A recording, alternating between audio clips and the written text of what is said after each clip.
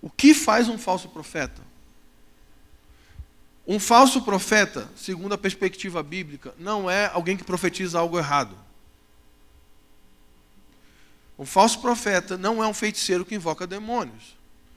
Um falso profeta é descrito nas Escrituras. Em 2 Pedro 2, meu amigo vai abrir 2 Pedro 2, versículo 1, e nós vamos ver a operação de um falso profeta. E também houve entre o povo falsos profetas.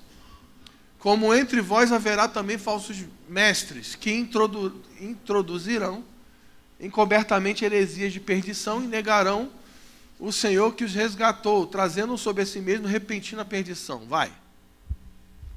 E muitos seguirão as suas dissoluções, pelas quais será blasfemado o caminho da verdade. Presta atenção, ele está falando para a igreja. Ele está dizendo que vai se manifestar no meio da igreja falsos profetas e falsos mestres, e muitos seguirão. E quem são esses muitos que vão seguir? Os crentes. Vai para o 3. E por avareza ou por ganância, farão de vocês negócio. Presta atenção nisso. Os falsos profetas e os falsos mestres, por ganância ou avareza, farão de vocês o quê? Negócio. Com palavras fingidas, sobre os quais já de largo tempo não será tardia a sentença e a sua perdição não dormita. Agora vai para o 15 agora.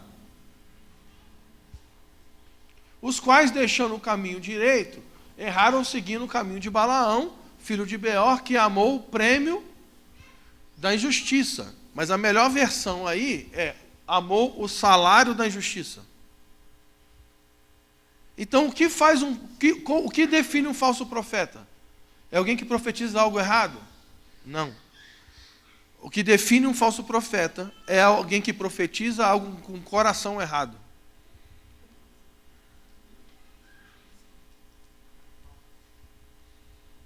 Quer ver uma coisa? A Bíblia chama Balaão de falso profeta, sim ou não? Tipo, o pessoal, ninguém mais sabe se é sim ou não. Acabamos de ler. Balaão não é um falso profeta? Sim, vem comigo. Na dúvida, fala assim. Balaão é um falso profeta? Sim. Quem já ouviu a frase assim? Deus não é filho do homem para que minta. Não, Deus não é homem para que minta, e nem filho do homem para que se arrependa. Quem já ouviu essa frase? Quem concorda com ela? Tipo, ninguém mais... Quem acha que ela está certa?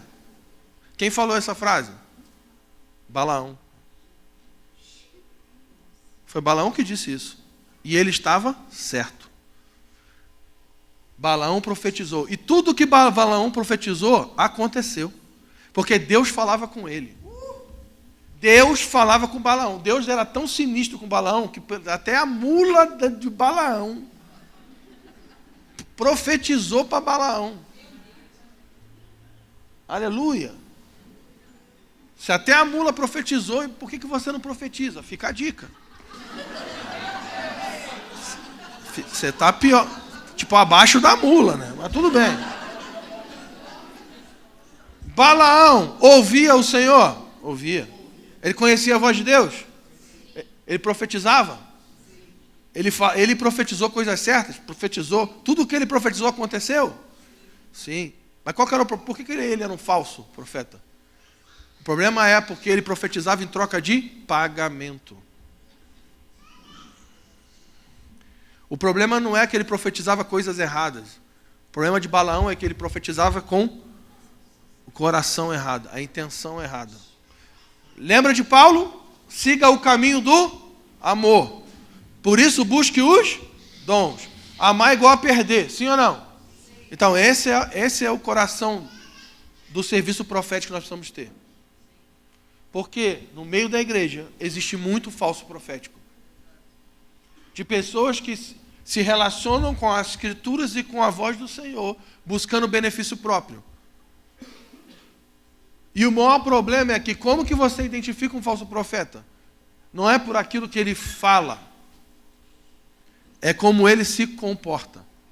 Porque um falso profeta pode ensinar tudo certo, mas se comportar com o coração errado.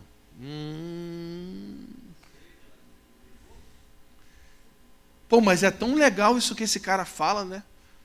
Não, mas eu não vou seguir ele. Não, mas ele é eloquente, ele fala bem, né? Ele tem umas frases boas que eu boto no meu Facebook. Mas a pergunta é, que tipo de coração esse cara carrega para se mover profeticamente? Tudo bem? Você está comigo? Amém. Ah, não, mas vai vir um profeta aí. Não, mas não precisa vir nenhum profeta para cá. Se a igreja se tornar uma voz profética. Mas para isso, nós vamos ter que aprender a perder. Nós vamos ter que abrir mão da nossa vontade de tomar o cálice do Senhor. Nós vamos ter que aprender a abraçar a cruz e morrer. Nós vamos ter que aprender a sofrer. Sofrer a necessidade de fazer aquilo que nós não queremos por amor a Ele. Siga o amor, por isso busque os dons. Para que nós estamos aqui? Para buscar os dons. Mas para quê? Para que a gente tenha os dons? Para que a gente possa servir. Servir quem? Deus e o próximo. Mas se você não está disposto a servir ninguém, a gente pode ficar aqui 3 semanas falando de dons e ninguém aqui vai ter dom nenhum.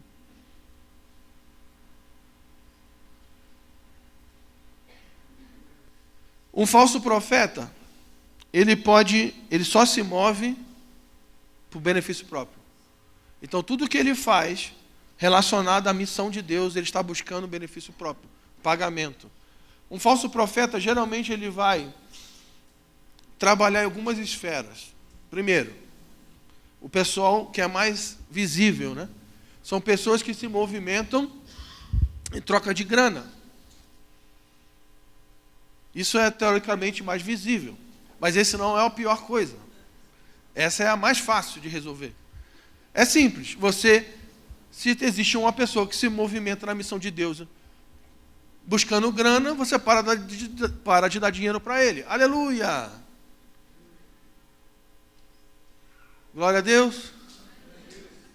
Você está comigo, gente? Amém. Pessoas que estão atrás de algum tipo de movimentação ministerial porque querem dinheiro. Uma outra maneira que falsos profetas se movimentam também são pessoas que manipulam ambientes espirituais buscando benefícios sexuais. Isso é muito comum na igreja. Isso é muito comum.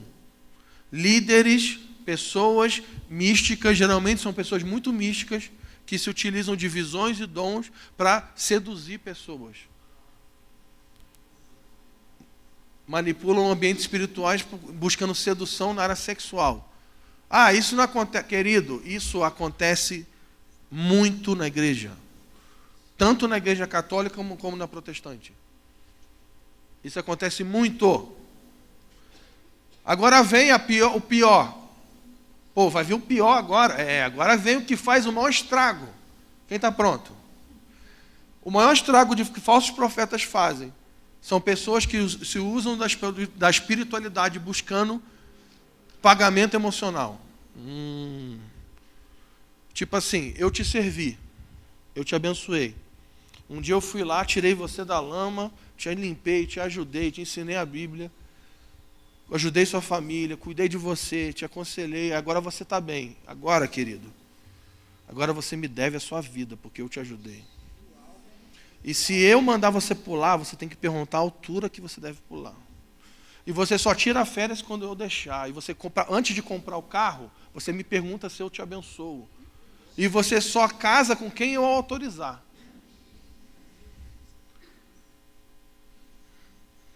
E se você um dia se quiser quebrar a aliança comigo, você está sob maldição e teus filhos vão sofrer e morrer de câncer. Porque você quebrou a aliança comigo e agora você está sob maldição. E isso é real. Tem pessoas nessa sala aqui que já saíram de lugares que foram amaldiçoados quando saíram. Tem pessoas aqui, que sofrem até hoje por isso. E nós vamos ter que confrontar esse tipo de pensamento. Amém. Ninguém é dono de ninguém, querido. Se você estiver anotando, você pode anotar essa aí, pode postar e botar meu nome e me marcar. Gratidão não tem nada a ver com escravidão. Você pode ser grato o resto da sua vida para qualquer pessoa, mas você não precisa se tornar escravo dela. Tem uma hora que Jesus está se movimentando. Jesus chega para um cara e fala assim, ó, você, me segue. Aí o cara fala assim, não, vou te seguir. Só que deixa eu primeiro me despedir da minha família. Quem lembra disso? O que Jesus fala para ele? Aquele que quer me seguir e olha para trás, ele não é digno de mim. Aí você fica assim, caraca, Jesus mauzão, bicho. O cara pediu só para despedir da família, Jesus falou não. Ô, Jesus era brabo demais, mano. Aí, ele chegou e falou, deixa eu me despedir da minha família. Jesus não vai não. Aquele que olha para trás não é digno, né? Aí você fica assim, caraca, brabo. Só que aí dentro de um contexto hebraico, você precisa entender uma coisa. Para um oriental, se despedir da família tem um contexto diferente do ocidental. Para a gente se despedir da família, é ir lá dizer tchau, tchau, abraço todo mundo e vai embora. Para um oriental, quando alguém ele falava, eu vou te seguir, Jesus, mas primeiro deixa eu me despedir da minha família, o que ele estava dizendo, na verdade, é, eu vou te seguir, Jesus, mas primeiro eu preciso ir lá pedir a bênção do meu pai. Sabe o que Jesus disse para ele? Não. Ninguém precisa pedir bênção para ninguém para ouvir a voz de Deus. Nem pai natural, nem pai espiritual, nem patriarca, nem apóstolo, nem nada disso. Porque isso é controle e manipulação. Isso é fruto de um falso profético que não serve pessoas. Mas, na verdade, ministra pessoas buscando benefício próprio. Tem dois tipos de realidade. Presta atenção. Realidade 1. Um tipo de liderança que manipula e controla um povo. Isso existe? Mas existe um outro lado também. Um tipo de povo que só vai na igreja para consumir. Não serve ninguém, não serve nada. Eu não trouxe nada, eu só vim para aqui para consumir. Então eu não sirvo nada, eu não trago nada, eu não perco nada. Eu só consumo. Eu só vim aqui para ser abençoado. Eu não sirvo ninguém, eu não dou nem dinheiro. João 10. Esse é um clássico. Clássico. Vamos ler do 7. João 10, 7. Vamos lá. Então Jesus voltou a falar. Em verdade vos digo, eu sou a porta das ovelhas. Todos que vieram antes de mim são o quê? Ladrões e assaltantes. Mas as ovelhas não os ouviram. Eu sou a porta. Se alguém entrar por mim, será salvo. Entrará e sairá e achará pastagem. O ladrão vem somente para quê? Roubar, matar e destruir. Eu vim para que tenham vida e vida em abundância.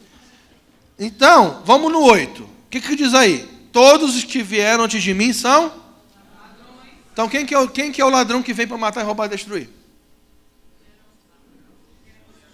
Hã?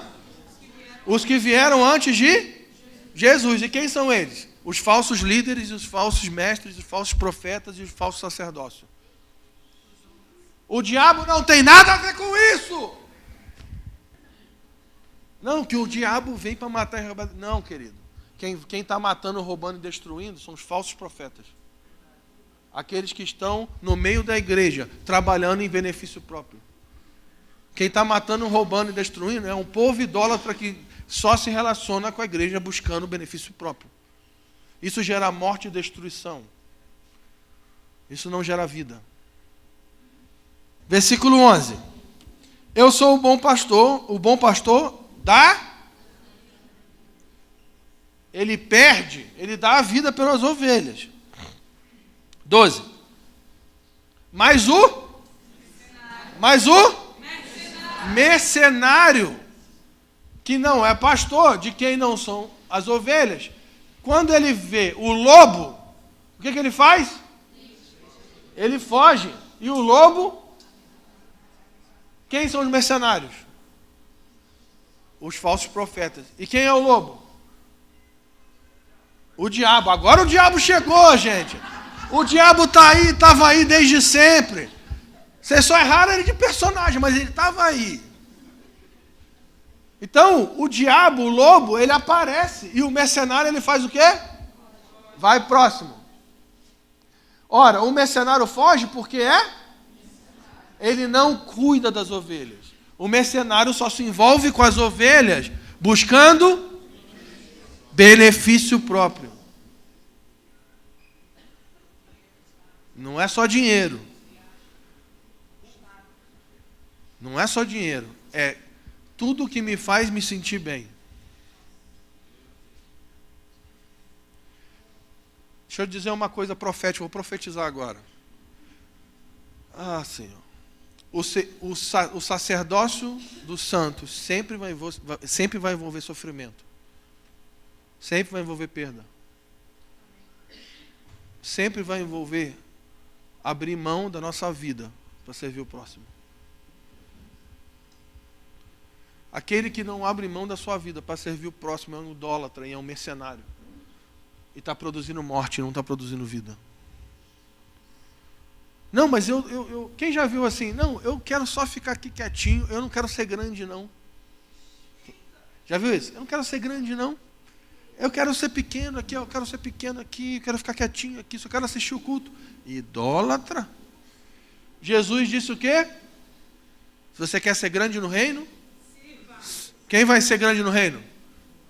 Aquele que serve. Aí quando alguém diz assim, eu não quero ser grande não, o que ele está dizendo? Eu não quero servir ninguém, eu só quero ser servido. Abre aí, Marcos 11, Marcos 11. Marcos 11, 17. Aleluia. Aleluia. Jesus entra no templo. Lembra que ele entra no templo? Ele chuta tudo, joga a mesa para o alto, faz aquela bagunça. Por quê? Porque as pessoas estavam fazendo comércio dentro do templo. Aí olha o que ele diz. Ele os ensinava, dizendo, não está escrito, a minha casa será chamada casa de oração para todas as nações. Eu mudei a versão. Mas vocês têm, o quê? Transformado a casa do meu pai em quê? Covil de quê? Do que ele estava falando? Dos falsos mestres, dos falsos profetas, dos falsos sacerdotes que estavam na casa de Deus buscando benefício próprio. O Brasil, o Senhor está chamando o Brasil para deixar de ser um covil de ladrões, um lugar de mercenários, pessoas que, líderes e liderados, que só estão se relacionando por benefício próprio, para se tornar uma casa de oração, uma casa de sacerdócio, para serviço de todas as nações. Abre aí Lucas 8, versículo 2.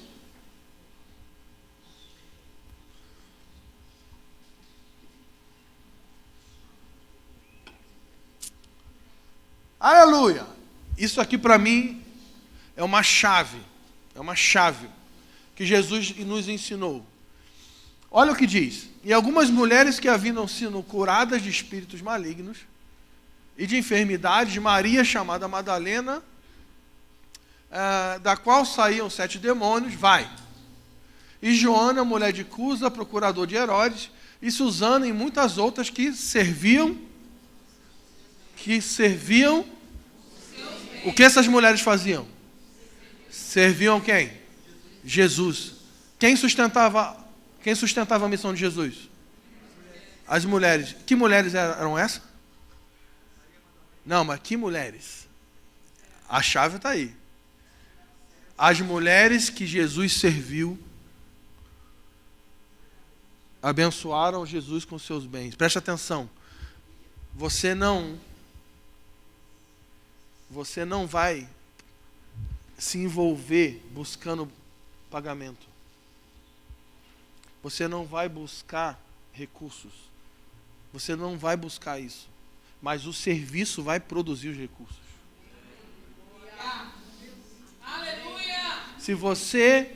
Se o que te motivar é o serviço, os recursos vão chegar. Quem entendeu isso? Mas se o que te motiva são os recursos,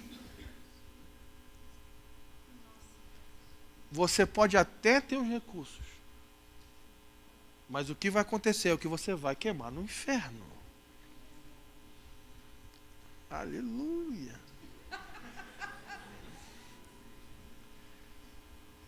Jesus rejeitava os recursos? Sim ou não? Mas ele precisava de recursos? Lógico que precisava. Não. Jesus, a missão de Jesus precisava de recursos? Pô, aquele bando de homens que seguia Jesus, você acha que eles comiam? Dormia? Então tinha que ter com dinheiro. De onde saiu esse dinheiro? Deus materializava o dinheiro assim para ele? Era assim? Da onde saiu o dinheiro? Do serviço. Quantos querem ver recursos sendo levantados para a missão de Deus?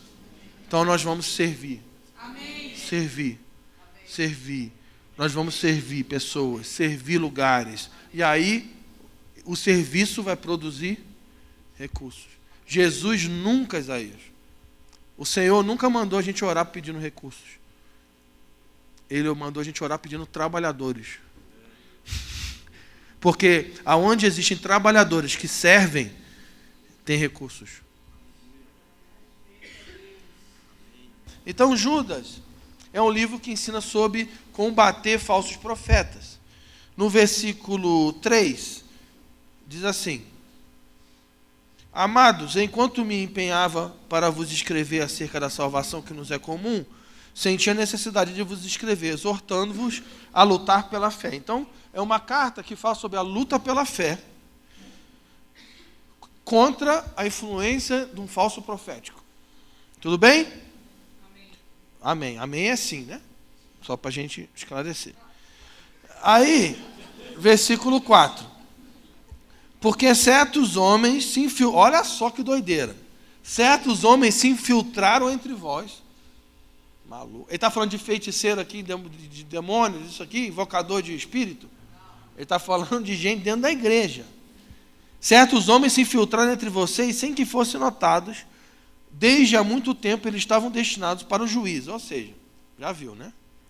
São homens ímpios que mudam a graça do nosso Deus em libertinagem e negam o nosso único soberano Senhor Jesus Cristo. Agora no versículo 11 ele vai dizer que tipo de pessoas são esses falsos profetas. Olha só que doideira.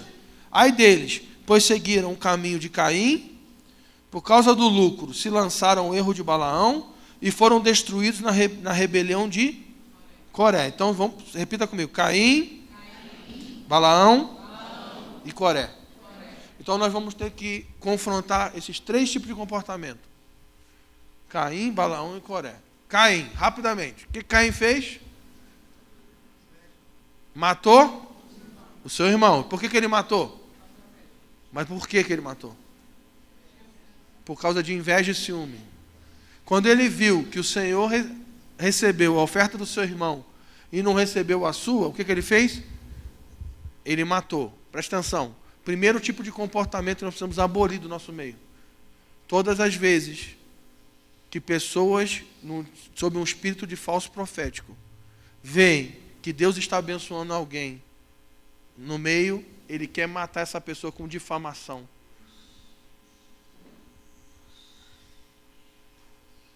Assassinar os seus irmãos com difamação. Por quê? Porque na cabeça desses caras, para eu crescer, eu preciso diminuir o outro. Você está comigo? Sim. O que Saul fez quando ouviu a música de Davi, que as mulheres cantavam? Saul matou milhares, mas Davi matou 10 milhares. O que Saul foi fazer? Ficou feliz por a bênção de Davi. O que ele fez? Tentou matar Davi. Nós temos que remover isso do nosso meio. nós temos que nos alegrar, porque Deus está abençoando outras pessoas. Porque nós precisamos andar o caminho do amor, porque nós queremos o dom da profecia aceso no nosso meio. Nós vamos ter que amar o próximo. Nós vamos ter que nos alegrar se o irmão comprou uma BMW. Glória a Deus. E se você anda de Fiat Uno, glória a Deus. Aleluia. Aí o pastor trocou de carro, aí começa, né? Não, pastor não pode, porque o pastor não pode ter o carro melhor do que a ovelha. O que o pastor faz com o dinheiro dele? Não tem essa pergunta? Eu sempre falo assim, e você, o que você faz com o seu dinheiro? Aí a pessoa, ué, mas o dinheiro é meu. Eu falei, mas o dinheiro do pastor é dele, isso não tem nada a ver com isso. As pessoas ficam olhando uns aos outros, procurando quem possa tragar, né, bicho?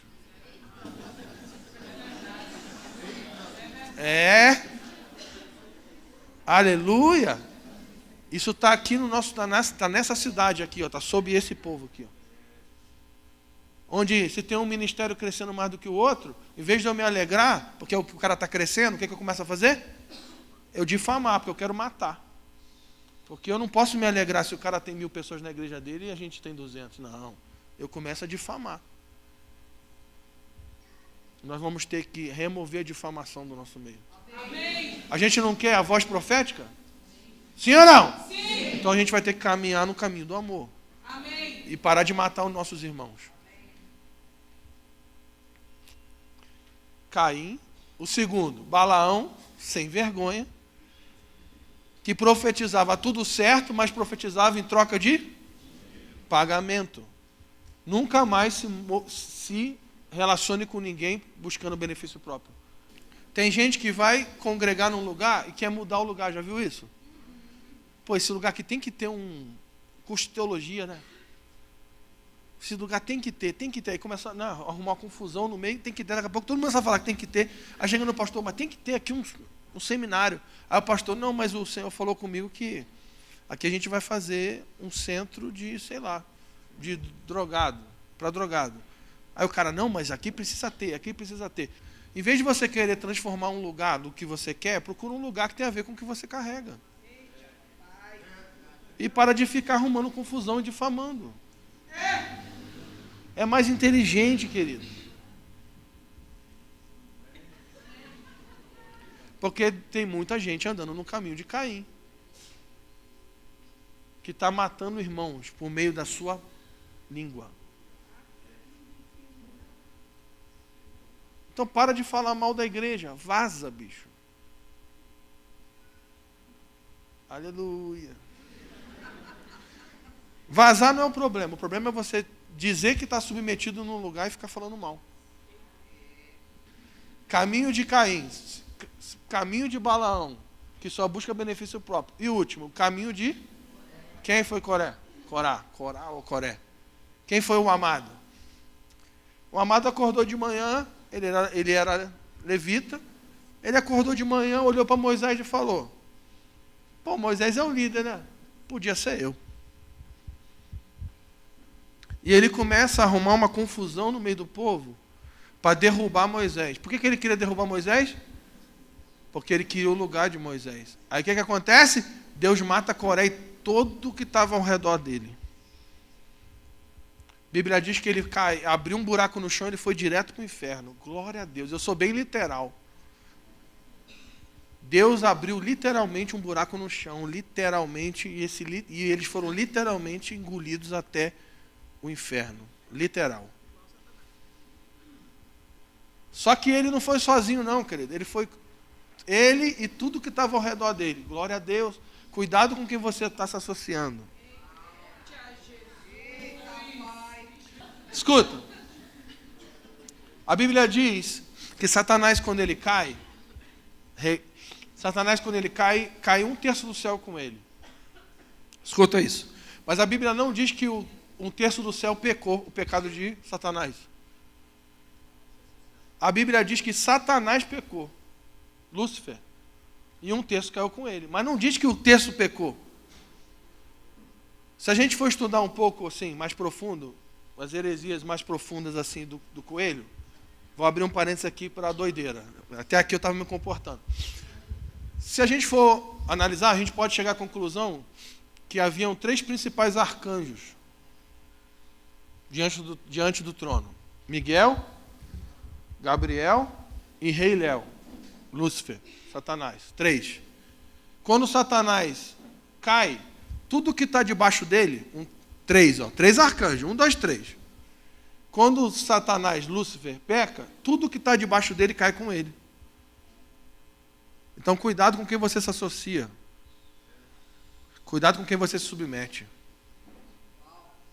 Porque se esse cair, você pode cair junto. Se esse morrer, você pode morrer junto.